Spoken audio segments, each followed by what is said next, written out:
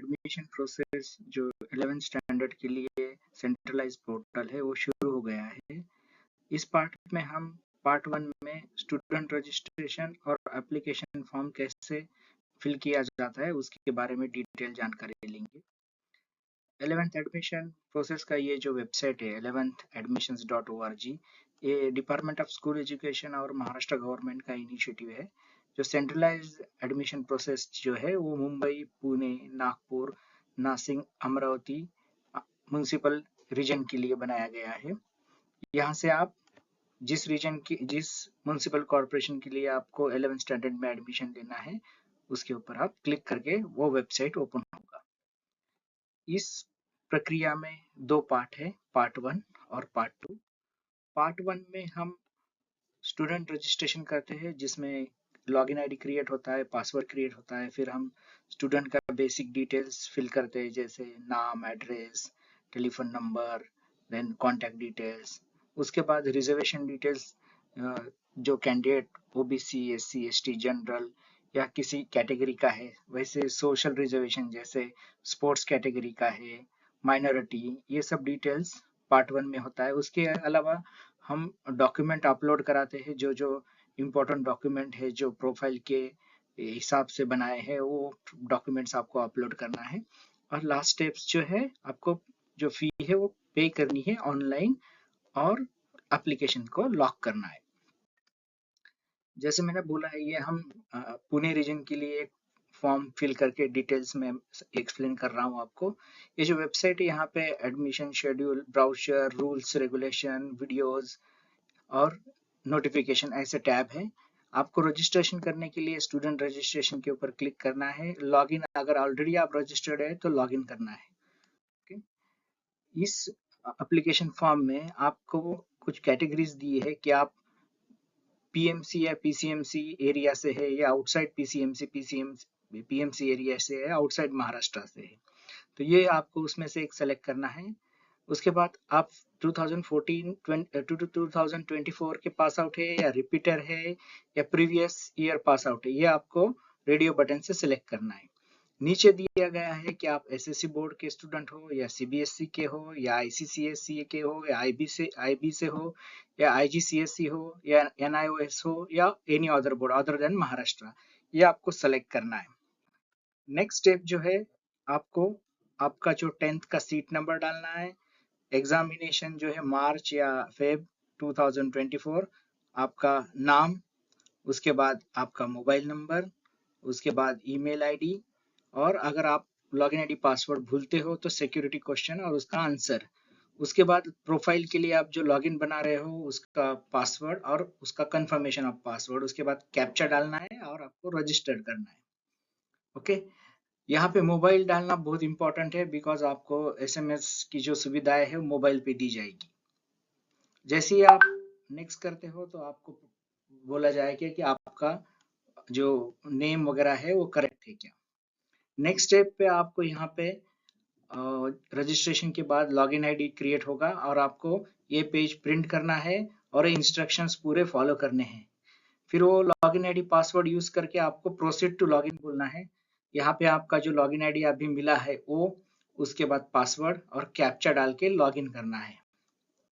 जैसे आप लॉगिन करोगे यहाँ पे आपका इनकम्प्लीट फॉर्म दिखेगा। आपको जो लेफ्ट साइड में जो मेनू दिखाया है उसमें personal details, address details, category details, qualification details, document verification details, upload documents, then pay admission fee और लॉक एप्लीकेशन, ऐसे आपको मेनू दिखेंगे। तो एक बार हम देख लेते हैं क्या क्या डिटेल्स में भरना है। जैसे ही पर्सनल इंफॉर्मेशन आएगा आपको उसका नाम, mother's name, gender, date of birth, then कौन से स्कूल से पास आउट हो, देन स्कूल इंडेक्स नंबर, अगर ये आपके पास नहीं है तो स्कूल इंडेक्स नंबर आप स्किप कीजिए। देन सेव एंड नेक्स्ट करना है आपको। जैसे ही आप सेव एंड नेक्स्ट करोगे तो आपको नया स्क्रीन आएगा, उसमें आपको एड्रेस डिटेल्स, पिन कोड, कौन से स्टेट से हो, डिस्ट्रिक्ट, तहसील, सिटी, उसके बाद additional mobile number, landline number. जो आपने मोबाइल नंबर पहले डाला हुआ है ये यहाँ पे आ जाएगा और ईमेल आईडी भी आपका यहाँ पे आ जाएगा, आपको फिर से डालने की जरूरत नहीं है। फिर आपको सेव एंड नेक्स्ट करना है। जैसे ही सेव एंड नेक्स्ट करोगे आपको यहाँ पे कैटेगरी सेलेक्ट करनी है। आप अगर महाराष्ट्र स्टेट से आपके पास सर्टिफिकेट है, कास्ट सर्टिफिकेट, तो आप यस कीजिए। महाराष्ट्र स्टेट का अगर आपका कास्ट सर्टिफिकेट नहीं है तो आप रिजर्वेशन के लिए एलिजिबल नहीं हो, तो आपको ओपन में कन्वर्ट कर देगा। यहाँ पे आपको ड्रॉप डाउन से सेलेक्ट करना है आप कौन सी कैटेगरी से हो, general, open, SC, ST, OBC, SBC, EWS. उसके बाद का जो सेक्शन है वहाँ पे आपको are you belongs to handicap, दिव्यांग, अगर आपका कैटेगरी उस टाइप का है तो आपको यस या नो सिलेक्ट करना है। उसके बाद जो आता है earthquake affected and project affected. Earthquake affected and project affect के लिए महाराष्ट्र में रिजर्वेशन है, तो आपका अगर कैटेगरी उस हिसाब से है तो आपको उसको सेलेक्ट करना है। देन नेक्स्ट सेक्शन जो है आपको parent has been transferred to online process area, yes no है तो आपको वो सेलेक्ट करना है। नेक्स्ट जो आता है whether applicant's grandparents freedom fighter, तो फ्रीडम फाइटर है तो आपको यस नो करना है क्योंकि आपके लिए सीट्स रिजर्व है। नेक्स्ट जो आता है does applicant's parents belongs to serviceman और एक्स सर्विसमैन, आपकी कैटेगरी डिफेंस की है तो यस नो सेलेक्ट करना है। Does applicant's belongs to sports category, अगर आप स्पोर्ट्स में कुछ नेशनल लेवल, इंटरनेशनल लेवल खेले हो तो उसका आपको यस नो, और उसमें कौन सी लेवल पे खेले हो उसका भी डिटेल्स डालना है। ओके। देन नेक्स्ट जो है तो ऑर्फन कैटेगरी है, आप अगर ऑर्फन हो तो आपके ये जीआर के अनुसार आपका प्रोफाइल है तो आपको वो सिलेक्ट करना है। नेक्स्ट जो आता है आपका आता है टेक्निकल, अगर आपके पास 10th में अगर आपने कोई सब्जेक्ट वोकेशनल का या एनएसक्यूएफ का लिया है तो उसके लिए 25% सीट्स है, आप उसमें बिलोंग करते हो तो आपको यस या नो सेलेक्ट करना है। उसके बाद आता है do you belongs to minority category, अगर आप माइनॉरिटी हो तो लिंग्विस्टिक और रिलीजियस दो टाइप की माइनॉरिटीज है, उसमें आप रिजर्वेशन क्लेम कर सकते हो। नेक्स्ट सेक्शन जो है इन हाउस एडमिशन, अगर आपका स्कूल किसी जूनियर कॉलेज से अटैच है और उस कॉलेज में सीट्स है 11 स्टैंडर्ड के लिए महाराष्ट्र में, तो आपको यस या नो सेलेक्ट करना है इन हाउस कोटा के लिए। 7 नेक्स्ट दबाना है। उसके बाद आता है आपका जो गाइडेंस सेंटर है वो एलोकेट हो जाता है, आपको इस गाइडेंस सेंटर से डॉक्यूमेंट वेरीफाई करके लेना है। एक तो ऑटोमेटिक होता है, नहीं होता है तो आपको विजिट करना है, वहां से डॉक्यूमेंट वेरीफाई करके लेना है।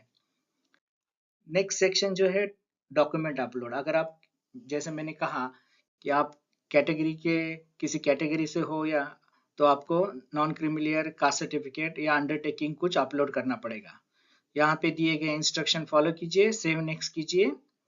नेक्स्ट सेक्शन जो है वो जैसे आपने कैटेगरी का डॉक्यूमेंट्स अपलोड किया, आपको यहाँ पे दिखाएगा कि आपने डॉक्यूमेंट अपलोड किया है, save and next. Next section जो आता है जो पेमेंट का पेज है, जहाँ पे आपकी जो एप्लीकेबल फी है ओपन और रिजर्व की, अभी ये जो प्रोफाइल है रिजर्व कैटेगरी का प्रोफाइल है इसलिए यहाँ पे 125 फी है। ऑनलाइन पेमेंट जो है वो आप credit card, debit card, internet banking, UPI से आप पे कर सकते हो। उसके बाद आपको प्रोसीड टू पे बटन पे जाना है तो आपको पेमेंट गेटवे पे लेके जाएगा और आपको पेमेंट करना है। उसके बाद ये स्क्रीन आएगा, यहाँ पे जो ब्लू दिख रहा है यहाँ पे आपको ये ब्लू में आप इंफॉर्मेशन एडिट कर सकते हो, अगर आपसे कुछ गलती से कुछ इंफॉर्मेशन रह गया तो आप ये ब्लू से एडिट कर सकते हो। नेक्स्ट सेक्शन जो आता है आपको जो इंफॉर्मेशन ब्लू सेक्शन में वो एक बार आपने कंफर्म किया तो आपको डिक्लेरेशन देना है कि ऊपर दी गई आपकी पूरी इंफॉर्मेशन करेक्ट है और आपको लॉक एप्लीकेशन फॉर्म करना है। अगर आपने एक बार एप्लीकेशन फॉर्म लॉक किया तो उसके बाद आप उसमें एडिट नहीं कर सकते हो। तो जैसे ही आप लॉक एप्लीकेशन फॉर्म करोगे तो आपको एक पॉपअप आएगा, do you want to lock your application, confirm बोलेगे तो लॉक हो जाएगा। इसके बाद आपको एक प्रिंट ऑप्शन आएगा, जो आपने जो भरा है पूरा इंफॉर्मेशन उसका एप्लीकेशन का प्रिंट आपको ले सकते हो। आपको फेज जो पार्ट 2 जब आएगा तो उस पार्ट 2 नॉर्मली एसएससी बोर्ड के रिजल्ट के बाद पार्ट 2 फिल करते हैं हम। पार्ट 2 का डेट के लिए आपको रेगुलरली वेबसाइट देखना होगा ताकि आपको समझ में आए कि कब पार्ट 2 भरना है। उसके बाद जो पार्ट 2 है उसके लिए हम सेपरेट एक वीडियो बनाएंगे ताकि आपको पूरा डिटेल प्रोसेस पता चले। थैंक यू वेरी मच, इस चैनल को सब्सक्राइब करना मत भूलिए। Thank you.